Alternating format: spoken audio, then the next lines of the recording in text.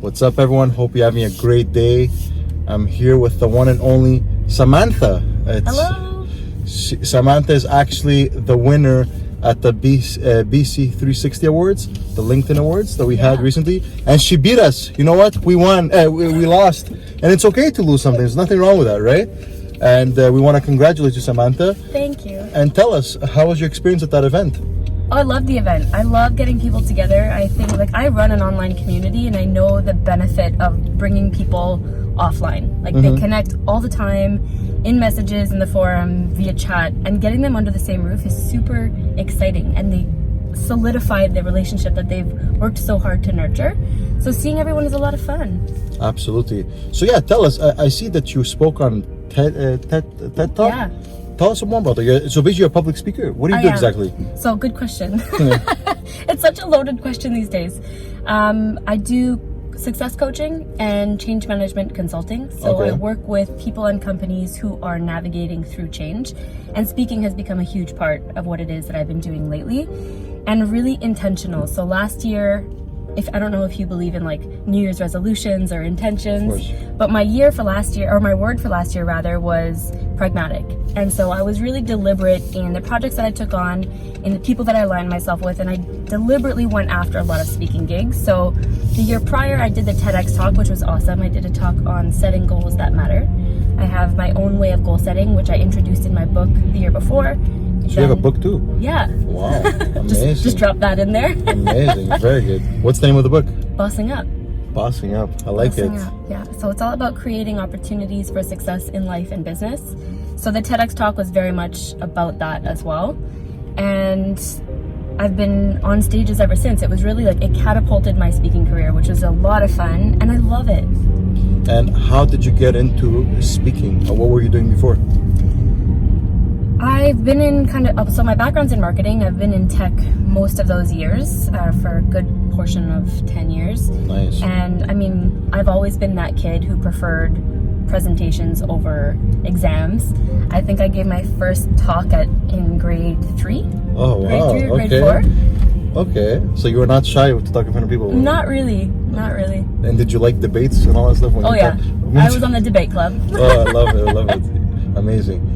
And basically, so you do marketing and everything, and you started this, how long ago you said the speaking? So for real, my TEDx talk was just over a year ago, and I would do little things here and there, but that really put me on larger stages. So I've only been doing it for just over a year, Bravo. As a thing. And you were in LA? I was in LA. Yeah. And you just came back today? Last night. Last night, yeah, it was really cool. I was there for a super, super fun project. A friend of mine, actually a fellow TEDx speaker, her son was honored at the Game Awards, which is basically the Oscars for video games. Okay. And he's 12 years old, and he developed a video game that helps kids cope with depression. And he coded it. He's just this whiz kid, super smart, super incredible dude who was honored they streamed it in front of 30 million people. What? Yeah. So I was there to just help support. Okay. And you know what? Depression, it's a big thing. A lot of people are, talking about it more and more now to raise the awareness. What do you think about the depression?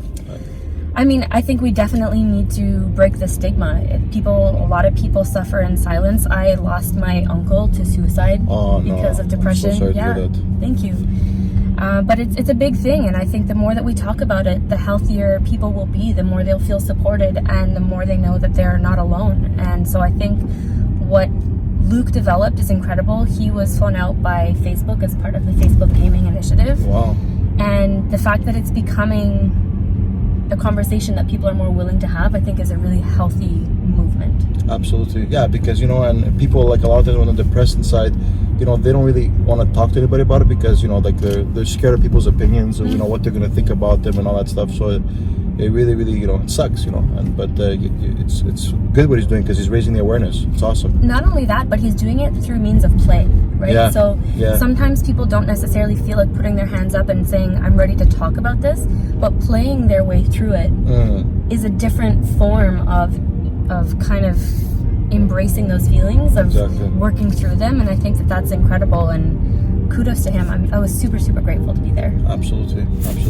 Nowadays, do you like get invited to go to talk to these events? Like, do they pay you for that, or is it you go on your own and you're still building your brand and everything? A little bit of both. Okay. So I'm in that phase where I am getting paid to go speak. Good for LA you. I was not speaking. I was there just to support. Exactly. So I went with a friend. Okay.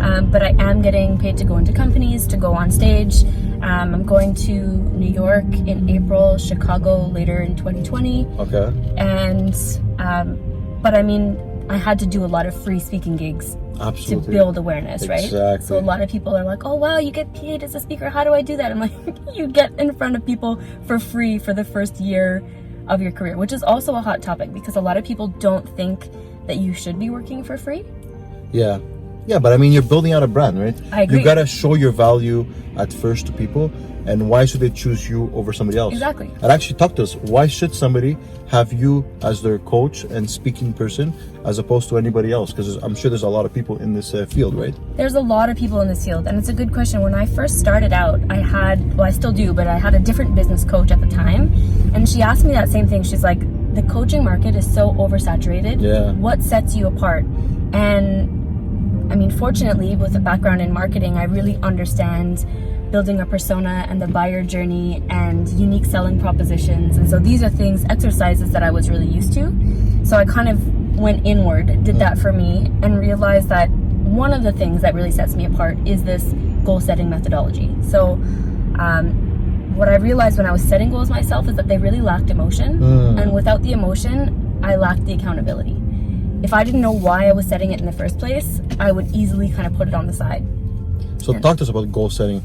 I mean, can you just, people talk about goal setting, they write down goals.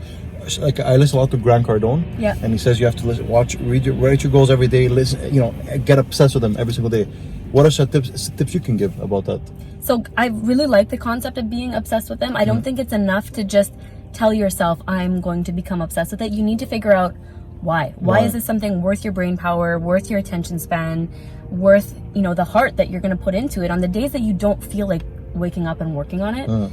And so this goal setting methodology of mine is based on 4 key pillars. It's called the Real Goal Method. Okay. R stands for resonant. So it's an acronym. R is resonant. So you have to figure out, why does it matter to me? What at your core values does it align with? E is for empowering or emotion. So how do you want this goal to make you feel? Do you want to feel successful? Do you want to feel financially free? Do you want to feel happy? What is that underlying emotion? A is for actionable. So what steps are you going to take? Break it down into incremental, bites that you can tackle one at a time. And L is for lucrative. So what's in it for me? And this is something that I think traditional goal setting methodologies lack, because oftentimes we set goals for our company, for our family, for our partners, for our children. But never for us. Right. Personally, exactly. And I don't think it's selfish to know what you stand to gain at the end of the day. Because like I said, on those days where you're not feeling like you want to put the skin in the game, you can remember, I have actually got something waiting for me. There is a light at the end of the tunnel. Exactly. And they say you have to always figure out your why, and if your why doesn't make you cry, then obviously it's not strong enough as a why, right? I've never heard that before. Yeah, I was attending many seminars as well through sales and everything, and that's one of the sayings that they were saying. But I find that sometimes it's hard to really how do you figure out your why exactly? I mean, through day to day, you keep asking yourself why this, okay, then why that. Like, how do you really figure it out? How do you get to that core to really determine your why? So I really love the 5 why or 7 why exercise. So depending on who you're working with, it's either 5 to 7 why. So you'll ask yourself, why does this matter to me? You're gonna get an answer. And the answer, I might say, okay, I want to become a notable public speaker.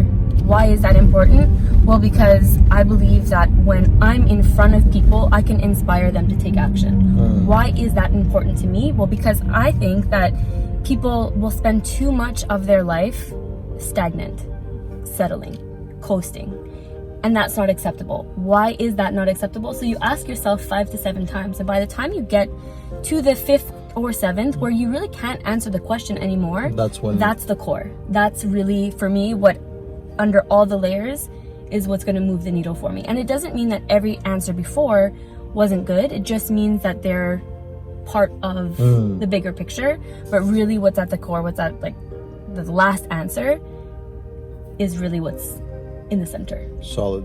And do you do business coaching for businesses? Yep. Do you also do like life coaching and stuff? Not really. Okay. So I used to do success coaching, which integrated a little bit of life. It really was, you got a goal, you know where you want to get to, you don't know how to get there. I'll help develop that roadmap. Okay. I've evolved a little bit by integrating the change management. You know, my specialty is helping people navigate change. So if you're going on a company level, if it's merger and acquisition, if it's digital transformation, new leadership, or on a personal level, I work with a lot of entrepreneurs who are in the scale-up phase. So they're kind of past startup, going into scale-up. They are going through change, and there's a lot of personal work there because there's limiting beliefs, there's self-doubt, there's things that they've just never dealt with before that they appreciate having someone to bounce ideas off of. But I'm not just going to work with anyone who's kind of thinking, what do I do with my life? They really got to be in a transition of change. So they have to be already in the entrepreneurship space and everything, and then you'll work with them. And for companies, usually, I mean, you started just like nothing, and now you're speaking in front of huge crowds. Like, what's the biggest crowd you ever spoken in front of? It wasn't for very long, but about 1,500 people. So I was kind of like the intro. Okay. And so I don't really get nervous. I do get the butterflies. I get like, oh my gosh, but it's not, what if I mess up? What if I look stupid? It's, oh my gosh, this is so important to me. Like, I really have the opportunity. I don't take lightly the fact that someone gives me a microphone. And so when that's in my hand, you have power there. There's also a little bit of pressure. Like, I do kind of like the power, but I also like the ability to, if executed properly, influence these people to take positive action in their life. And that's not something I simply. I love it. And is there any advice that you can, give to somebody that's, starting in entrepreneurship, or they're having some hard times, some hardships, and they just, they need that little extra push to keep going? What advice would you give them? Find yourself a community, and whether that's a mentor, whether that's an online Facebook group, whether that's an in-person networking event, find the people who will understand you, who've been through what you're going through, who have come out on the other side, and who can be that voice of support on the days where you genuinely will really need it. And did you have were you at a point through your journey that you had, some very down times that you were thinking about quitting, and what made you get back up again? So I was in a really fortunate position because I started to build my business while I was working full time. Okay. So I had that security and didn't feel like the heat too much. Right, exactly. not too much. But when I made that transition, definitely it was like, oh shit, now this is for real. This is real shit now. Right, and so it started to matter in a whole different way. But I started to grow the Bossing Up community when I first started writing my book. And so I started, when I was thinking about a title for the book, I thought, well, I'm just going to call it Bossing Up because it's for these people. It's for the people who want to create opportunities for success for themselves and for others. And 100%, when I had questions, when I had self-doubt, when I had wins, so important to share your wins. Absolutely. And your losses too, though. 100%. Absolutely. 100%, but we don't celebrate enough. Exactly. And so to have them there to say, you know what, I've been there, keep going. Yes, this sucks. I know someone. You need a lawyer, you need a graphic designer, you need an accountant. I got you, don't worry. And then we start to feel like we're not so alone. Like a real community. Yeah. I love it. Bossing Up, I'm going to join that community. Thank you. Awesome. You too. And if somebody wants to follow your journey on social media, or they want to follow you, they want to get in touch with you for their business, how can they reach you? SamanthaKris.com. That's Chris with a K. And I'm literally on every social platform. Beautiful. Well, thank you so much for taking the time today. We appreciate you. I'm inspired because I love meeting people and exposing Montreal's success stories. And again, you deserve beating us at the awards. It's okay. I don't know if it's a deserve. I think we're all winners. Absolutely. And you know what? It's never competition. It's all about collaborations. That's it. And I'm pretty sure we're going to do some great things together. And we are going to collaborate. Awesome. Thank you for coming on board. Thanks, guys.